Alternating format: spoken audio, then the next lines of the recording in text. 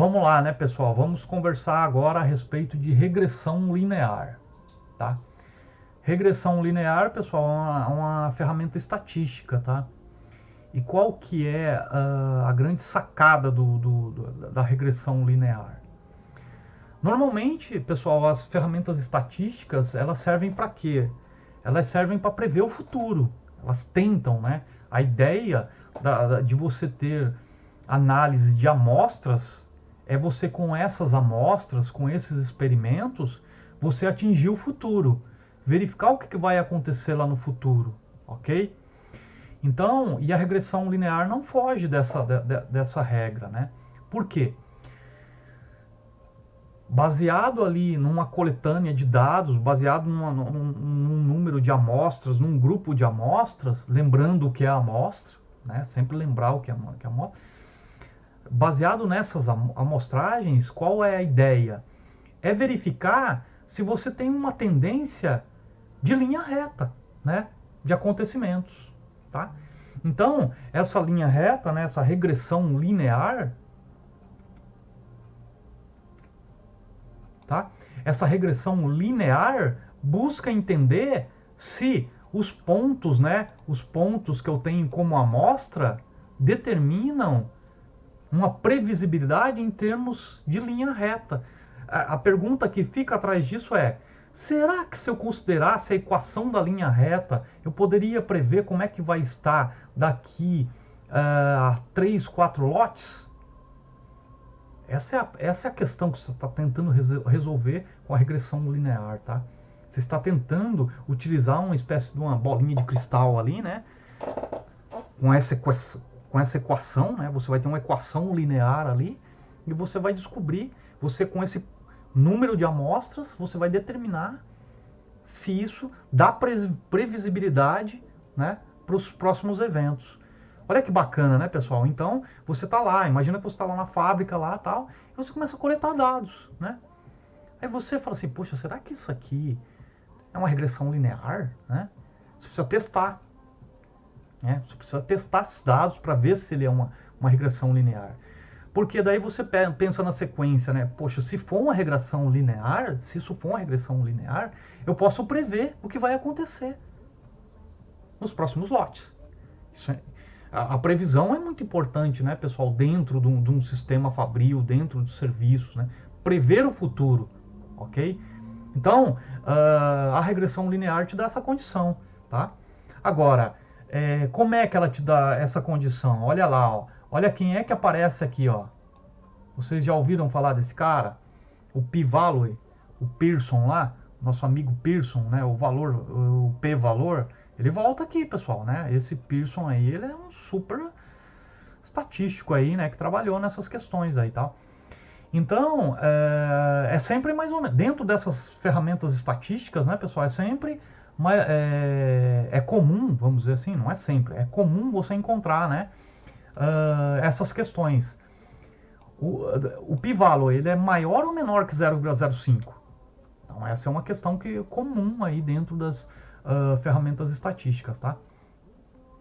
E você vai ver a dependência entre as variáveis, se ela se tem dependências, né? Se você consegue entender a dependência dessas questões aí, tá bom? E aí você vai também calcular os coeficientes, né, de linearidade, coeficiente angular.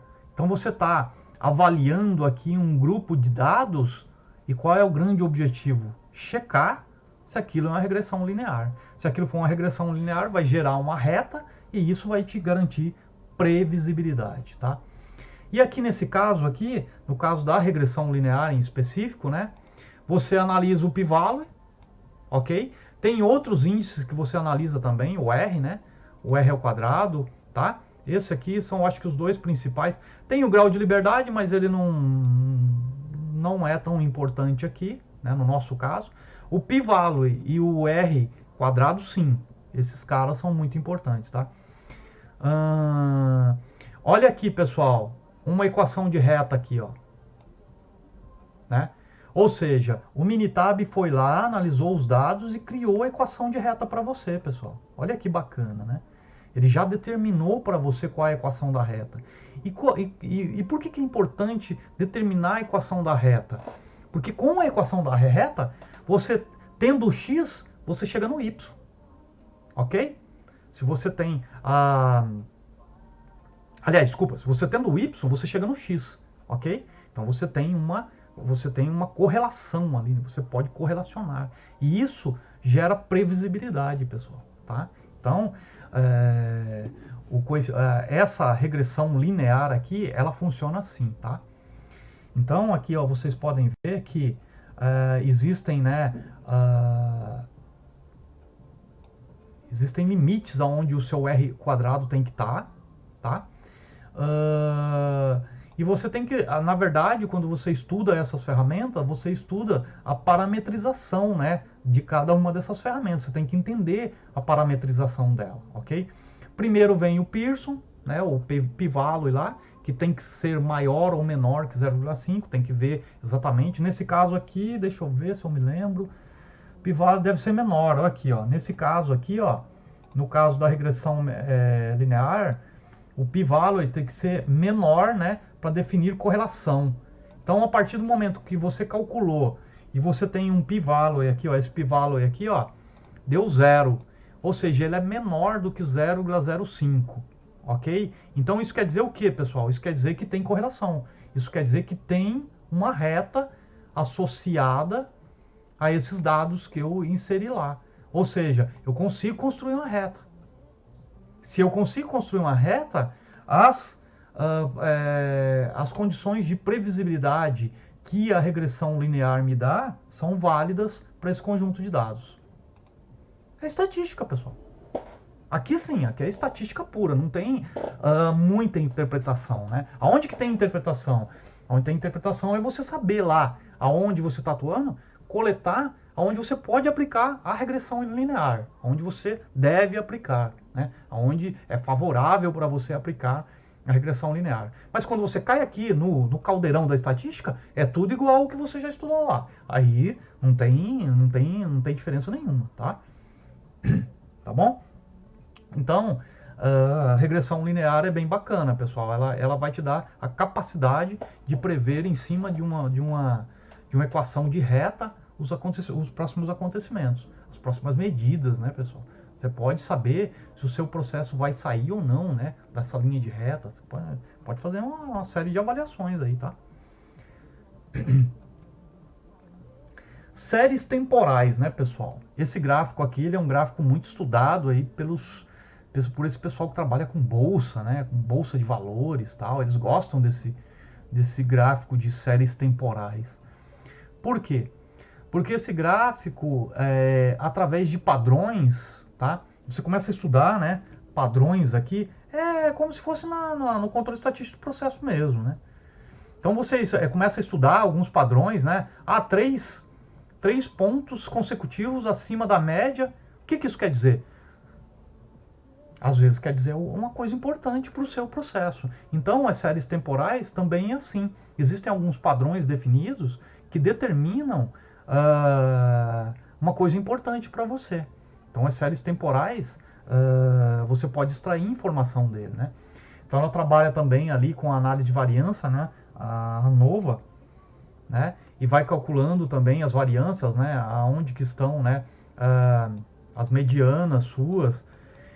E ele vai fazendo uma análise matemática, pessoal, para tentar gerar para você informações úteis que você consiga utilizar no seu processo, ali no estudo que você está fazendo. É um gráfico também importante, às vezes ele é aplicável em determinadas situações e ele é muito bacana, o gráfico de séries temporais, tá? Mas tem que ver, né, que cada um desses tem uma aplicação relativamente específica, né? Não é que você sai aí colocando regressão linear em qualquer lugar, você sai colocando séries temporais em qualquer lugar, não. Você tem que estudar naquele momento, né, na aplicação lá no seu projeto Seis Sigma. Pô, será que aqui não caberia um gráfico de séries temporais? Será que o gráfico de séries temporais não vai mostrar o que a gente precisa mostrar aqui? Lembrando que num curso de Seis Sigma, num projeto de Seis Sigma, você tem que provar, né, graficamente, numericamente. E às vezes um gráfico de séries temporais cai muito bem, né, pessoal? Um gráfico de regressão linear cai muito bem. Olha, eu estou dizendo que daqui a 6 meses nós vamos estar assim. Ah, mas baseado em quê? Baseado nessa regressão linear aqui. Você ganha bastante respeito, né, quando você faz esse tipo de coisa, né, pessoal? Tá? O gráfico de séries temporais é a mesma coisa. Você estuda ele, estuda as regras que existem dentro dele e você consegue gerar previsões futuras e assim até passadas. Normalmente se trabalha com o futuro, né, pessoal? Não se trabalha com o passado, né? Ninguém quer ficar voltando. O que será que aconteceu no passado, né? Bom, mas séries temporais é muito legal também, tá? Teste de hipóteses, né, pessoal? Você precisa analisar algumas hipóteses, você precisa descartar hipóteses, você precisa descartar ideias, você precisa ter certeza que aquilo é ou não é. Você vai trabalhar com teste de hipóteses, tá? O teste de hipóteses é bem bacana, tá? Na minha dissertação de mestrado eu utilizei o teste de hipóteses e assim, ele é bem útil, assim. Acontece que é a mesma coisa, né, pessoal? É uma ferramenta de média para grande complexidade de utilização, tá? Por quê? Porque você tem aqui, ó, fatores, né? Você trabalha com fatores. Esse T aqui, ó, são fatores. Então você trabalha com 2 fatores, 3 fatores, 4 fatores, e à medida quanto mais fatores você trabalha no teste de hipóteses, mais difícil fica para o Minitab calcular e mais variáveis ele trabalha, tá? Então, tem que tomar cuidado com o teste de hipóteses, né? Porque às vezes você complica demais ele e você não consegue chegar a resultado nenhum, tá? Aliás, esse é um problema de todas as ferramentas estatísticas, né? Você começa a complicar demais a estatística ali, você não chega em resultado nenhum, tá? Tem que tomar cuidado com essa questão. Dentro de estatística, menos é mais, né? Então tem que tomar cuidado, tá? No teste de hipóteses, você tem a hipótese nula, tá? E a hipótese alternativa.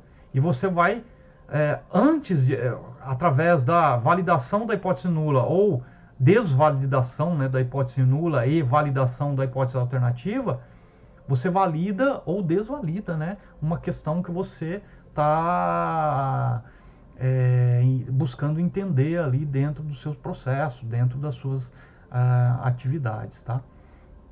Então tem as regras de decisão. Essa daqui é uma outra coisa que existe comumente dentro dessas ferramentas estatísticas, né, pessoal? Regra de decisão. Como é que você vai decidir? Se o valor P for menor que alfa, rejeitar H0, rejeitar a hipótese nula. Se o p-valor for maior que alfa, não rejeitar H0, ou seja, aprovar a hipótese nula. Olha para vocês verem como vai ficando complexo, né, essa análise. Você trabalha ali, ó, né, com conceitos, né, com conceitos estatísticos para você extrair conclusões do processo. Mas primeiro você precisa conhecer a ferramenta daí, né? E conhecer essas ferramentas demanda um trabalho, né, pessoal? Demanda um trabalho, não é tão simples assim, né? Lá no Green Belt, no Black Belt, você trabalha com exercícios voltados a esse tipo dessas situações, tá? Então você precisa aprender, né, como é que faz, como é que mexe direitinho com isso aqui, tá bom? Então tem ali também, né, da mesma forma, você chega ao p-value, olha aqui o p-value aqui de novo, né? Olha os graus de liberdade aqui também, de novo, né? Então aqui tem o teste, né? Qual o teste que você executa, tá? O que mais aqui que é importante que eu acho que eu tenho que passar para vocês, né? Aqui ele está verificando média de 1 e média de 2, ele está verificando se existe correlação nesses dois grupos de amostra. Deixa eu ver se tem aqui, se eu coloquei qual era a hipótese aqui, tem desempenho igual a 2. São desempenhos iguais, né? É verdade. Aqui ele tá buscando ver, nesse teste particularmente aqui, se os dois grupos de amostras são amostras de desempenho, e ele está verificando se os desempenhos são correlacionados, se são iguais, né, pessoal? Se estatisticamente nós podemos dizer que se são iguais ou não. Porque é interessante estatística pelo seguinte, né, pessoal? Em matemática, 1 é igual a 1, né? 1 é igual a 1, né? Em estatística, 1 pode não ser igual a 1, né? Por quê? Porque 1 é o resultado, né, da média, da mediana de um grupo de amostras, né? Então esse resultado que representa o grupo de amostras do grupo A, pode não ser um resultado compatível com o grupo de amostra número B. Pode ser diferente. Então, mesmo que matematicamente eles sejam iguais, estatisticamente, né, as medianas, modas, o Value e Pearson, eles podem não ser iguais. Então, você tem um grupo A e um grupo B. Qual é o teste de hipótese aqui? É verificar se esses grupos são considerados iguais estatisticamente. São condições normais, condições diferentes, né, pessoal? De uma verificação matemática, entendeu? Então, tem que tomar cuidado com isso. A estatística tem essa... sempre quando a gente está falando em estatística, a gente está falando em grupo de amostras. A gente não está falando em um número só, né? Está falando em grupo de amostras. Então, aqui nesse teste de hipóteses, a gente está verificando se os dois grupos de amostras são iguais, se os desempenhos são iguais. Aqui a gente estava falando de desempenho mesmo, né? Então, poderia ser um OEE, por exemplo. Eu poderia fazer a seguinte verificação. Será que o OEE dos últimos 2 anos da planta A é igual ao OEE dos últimos 2 anos da planta B? Né? Na planta A você tem uma série de OEEs ali, janeiro, fevereiro, março, 24 meses. Mas será que esse grupo de amostras é igual estatisticamente ao grupo de amostras B? Né? Porque se você olhar assim, número por número, né, janeiro foi diferente de janeiro, né, de A e de B. Fevereiro foi diferente também. Então, mas estatisticamente, e aí? De repente você chega à conclusão que sim, né? Embora os números sejam todos diferentes, não, eles são iguais, os desempenhos são iguais. Aí você pode me perguntar, professor, mas poxa, isso aí a gente pode fazer através de média, né? Soma tudo, simplificar. Pode, você pode.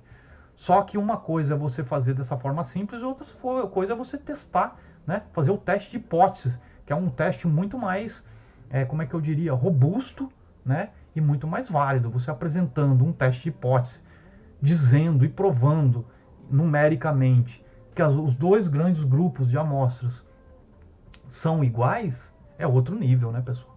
É outro nível, né? Então tem que entender isso, né? Que o teste de hipótese é um teste importante, né? Então, você valida através do teste de hipótese quantidade de dados absurdas, né? A gente está falando de quantidade de dados aí, né? Eu poderia ter aqui numa análise de hipótese, eu posso ter 1 bilhão de dados, né? Então tem que entender essas questões, né? Agora, você vai tirar a média de 1 bilhão de dados? Às vezes não tem condições, né? Então tem que entender qual é aí que tem que entender realmente qual é a função da estatística dentro das nossas atividades aí de engenharia. Pessoal, vocês estão aí? Tem alguém aí? Professor? Sim, professor. Vocês estão muito quietinhos, pessoal. Sim, não. Tá bom. Tá, então, pessoal, a questão do p-value, ele entrou aqui de novo, né, como vocês podem perceber, e a questão da análise de hipótese é uma questão, né, alguns de vocês podem ter tido contato, não sei, mas assim, não é muito fácil não, tá? Tem exercícios a serem resolvidos e tem uma metodologia muito particular para a resolução desses exercícios aqui. Não é impossível também, pessoal, é um exercício de complexidade que vocês já resolveram. Tenho certeza que vocês já resolveram exercício. Mas tem que ficar atento, porque senão você erra. Tá bom? Qi quadrado, pessoal. Mais ou menos a mesma situação, tá? O Qi quadrado, ele faz contagens, né? Ele trabalha muito bem com contagens. Então, ele vai fazer o seguinte, ele vai verificar... a contagem de A e B tem relacionamento com C e D? Se eu mudar A e B, será que C e D muda? Então ele faz essas correlações, ele trabalha bem com isso, né? Tá. E de novo, ele analisa ali, né, o p-value, ali o p-value ali, o Pearson, né? Ele está constantemente ali, né, análise do p-value ali, tá?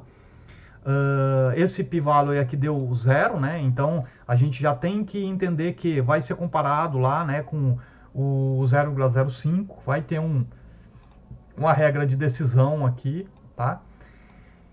E de novo, né, você trabalha com estatística, com o Q quadrado para fazer validação do que você está fazendo, do que você está falando, né? E para inclusive prever novos grupos de dados, né? Poxa, deu certo com esse, será que com outro grupo também vai dar? Eu tenho um terceiro grupo, né? Então, a ideia é sempre prever, né, pessoal? A partir do momento que você concluiu que aquela sua ideia inicial estava certa e que você testou através de uma ferramenta estatística e você comprovou, você já tem um modelo ali para prever alguma coisa, né?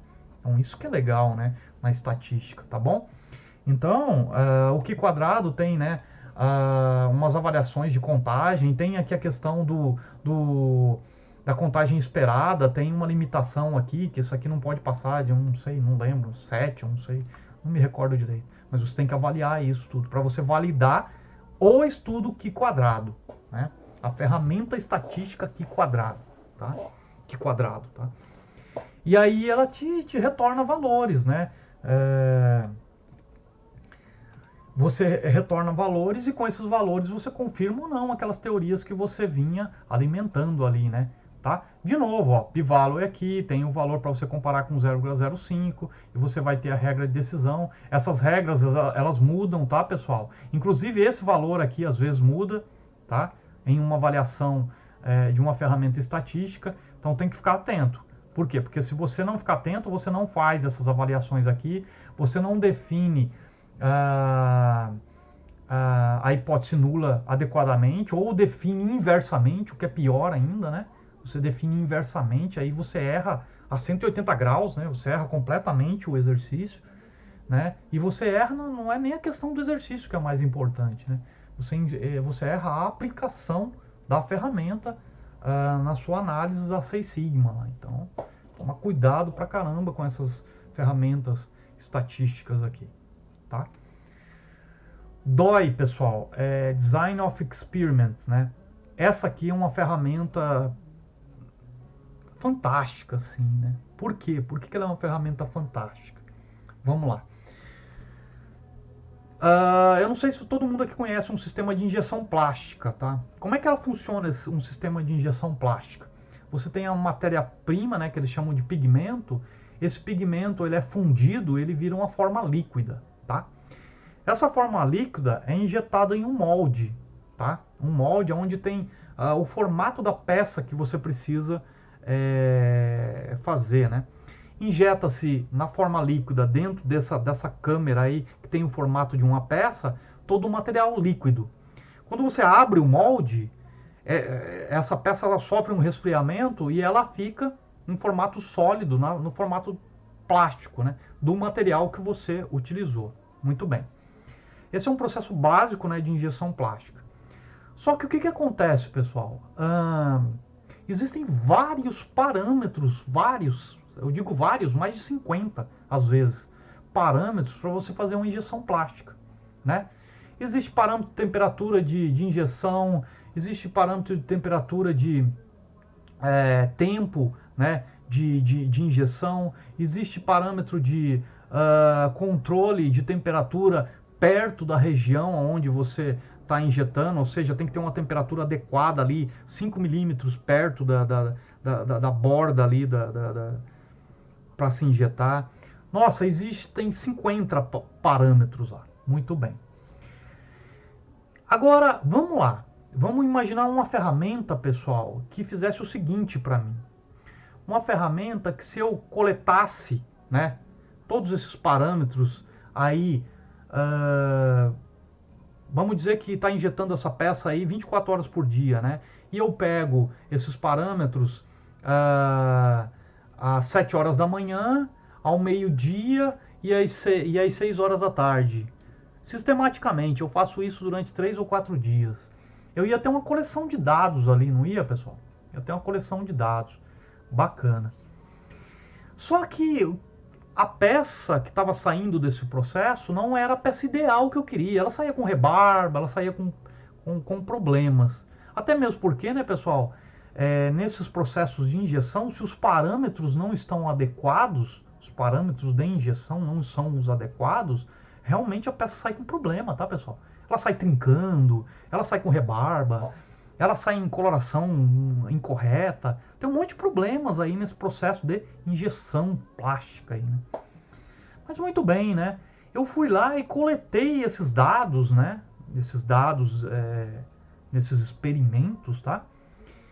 E eu tenho uma série de parâmetros ali. E eu posso pensar assim, puxa vida, né?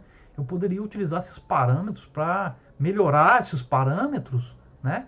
E conseguir um produto melhor, né? Ou bem perto do ideal, né? Será que tem um jeito de fazer isso? Tem sim, pessoal. Tem um jeito. E quem é que faz isso? É o DOI, né? Como é que ele funciona, essa ferramenta? Essa ferramenta funciona da seguinte forma. Você coleta os parâmetros de um processo real, né? Num período A. Depois aí você pega mais parâmetros num período B. Depois você pega mais parâmetros num período C. E você diz para o Minitab, olha, eu estou fazendo projetos de experimentos. Eu tenho os dados do processo A, os dados do processo B e os dados do processo C. O que a máquina, né, do Minitab DOI faz com esses dados, pessoal? Ela vai calcular ali matematicamente, né, estatisticamente, quais são os melhores parâmetros para você injetar aquela peça. Olha que bacana, pessoal. Então, você utiliza o DOI para otimizar os parâmetros que você tem.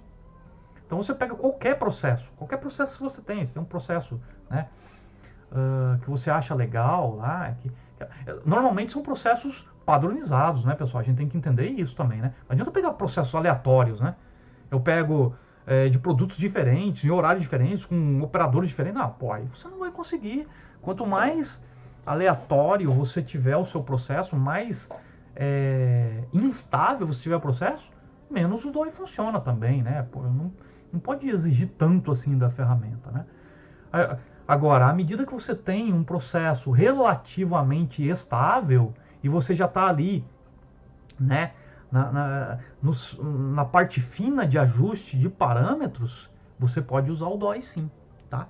Então você insere, né, essas camadas, vamos dizer aí, de parâmetros, e ali o processadorzinho ali, né, estatístico do Minitab, do SPSS, vai mostrar para você, ó, os melhores parâmetros para você injetar essa peça que você me mostrou aqui, ó, são esses. E ele mostra uma coleção de novos parâmetros, novinha para você introduzir na máquina. E é legal isso, pessoal? É legal. Por quê? Porque daí você pega esses parâmetros, vai lá e coloca na máquina. Daí você injeta a peça. E eis que a peça sai quase 100%, sai fantasticamente melhor do que você tinha nas 3 últimas parametrizações. Então o DOI, pessoal, é uma análise estatística, inclusive, tá? Ela faz parte, né, do grupo de análises estatísticas ali. É muito interessante, né? Então você pode utilizar o DOI para fazer essas avaliações. Você tem um determinado processo lá, você tem os parâmetros, né? Tem que tomar cuidado com os parâmetros. Sempre num processo, né, pessoal, existem 2 tipos de dados, né? Os dados que têm controle e os dados que não têm controle, né? Vamos lá, vamos falar um pouquinho sobre isso. Dados que estão sob controle. Um parâmetro que você pode ajustar na máquina. Dados que estão que não estão sob controle. Por exemplo, quando que o operador vai lá fazer o setup? Você não sabe. Depende da vontade do operador. Então isso não está sob controle. O DOI trabalha com dados que estão sob controle. Então tem que entender isso, né? Não adianta você ficar colocando lá dados que estão fora de controle, que não vai te ajudar nada. Você vai ficar mais perdido ainda, né? Aliás, tem gente que faz isso e não entende porque o DOI não funciona para ele. Poxa, tem sentido, né, pessoal? Você está trabalhando com fenômenos físicos, poxa, né? Não com fenômenos humanos. Você não pode definir quando o operador vai ter vontade de ir lá e montar a máquina. Tem que separar muito bem essas coisas, né? Quando você está trabalhando com fenômenos físicos, né? Fenômenos que dependem ali da matemática, da ciência, que são dados que têm controle, vai dar certo o DOI. Agora, se você trabalhar com dados que dependem do ser humano, né? Eu já vi algumas pessoas tentando aplicar o DOI e eu falava assim, amigo, você não vai chegar a resultado nenhum com isso. Precisa entender que você está utilizando um dado que não tem controle aí. Ah, é? Qual que é? Ué? Você está pensando que o operador vai inserir a peça aqui exatamente depois de 2 segundos. Não, não funciona assim. Né? Tem que tomar cuidado com essa avaliação. É por isso que eu falo insistentemente, cuidado com estatistiquez, né? Estatistiquez induz você a pensar que tudo é estatística só. Não, não é estatística. Você tem que interpretar o mundo real. Tem que interpretar, né? Fisicamente, humanamente, você tem que interpretar. E depois sim transferir essa massa de dados para as engrenagens lá do Minitab e conseguir processar toda essa informação. Porque enquanto você não faz isso, quando você fala assim, é só estatística aqui e tal, né? Joga lá dentro, pronto. Cometeu o primeiro e grande e talvez o único erro que não pode ser cometido, tá? Então, tem que tomar muito cuidado com isso, tá? Mas o DOI, ele é uma ferramenta muito bacana. Ele vem, né? Você coloca lá e tem aqui também as interações, né?